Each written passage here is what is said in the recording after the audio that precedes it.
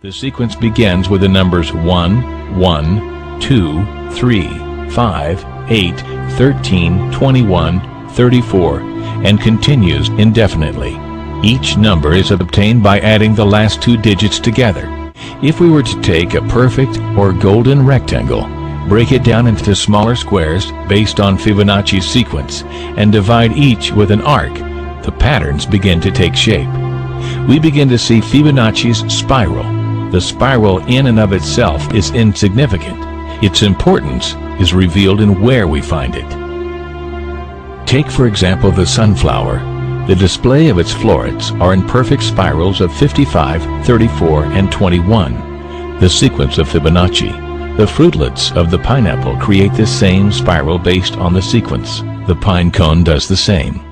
As currents move through the ocean and the tide rolls onto the shore, the waves that bring in the tide curve into a spiral that can be mathematically diagrammed onto a plot at the points 1, 1, 2, 3, 5, 8, 13, 21, 34, and 55. Buds on trees, sand dollars, starfish, petals on flowers, and especially the nautilus shell are formed with this exact same blueprint.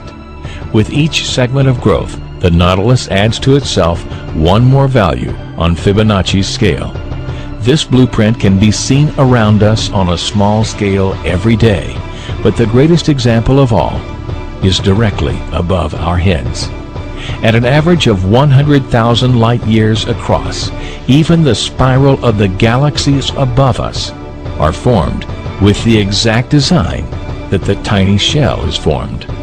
This sequence or blueprint appears to be the trademark of a designer, a proof of a creator.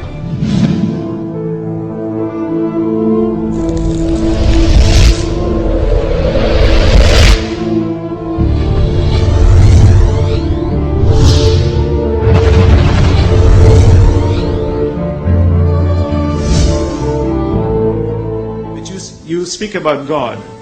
We call Allah God. What is Allah? Allah, from the Islamic perspective, means the God, the absolute, indivisible God. The Holy Quran says, "Qul huwa Allahu ahad." Say God is unique, one. Allahu Samad.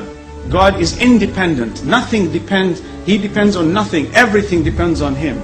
Lam yalid. He does not beget, nor is He begotten, nor is He born. This absolute God has no frame of reference.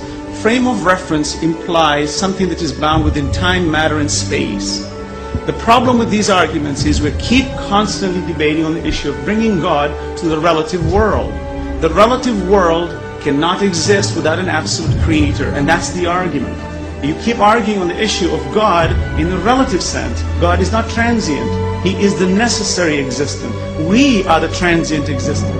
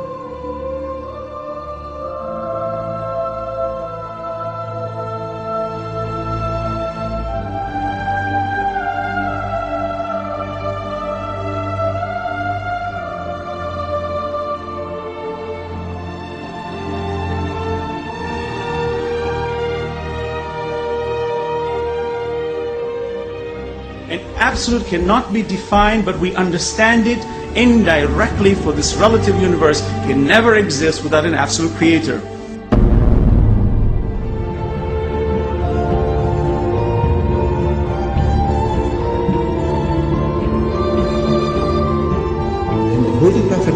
make you say, Qul huwallahu ahad. Say, He is God, the one and only.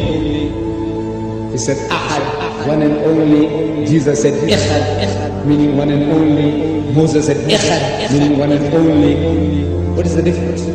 It's the same word meaning the same thing.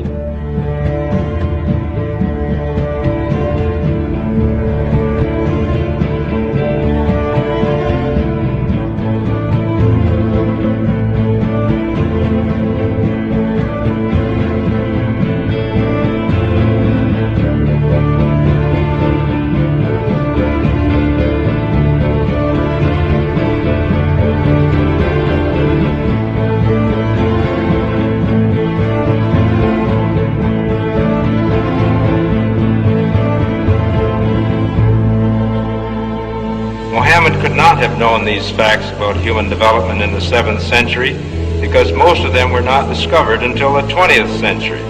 Muslims and others are justified in concluding that these facts could only have been revealed to Muhammad by the one who knows all about us, not only about how we developed, but how we live and function. The unity of these three faiths consists in the unity of God.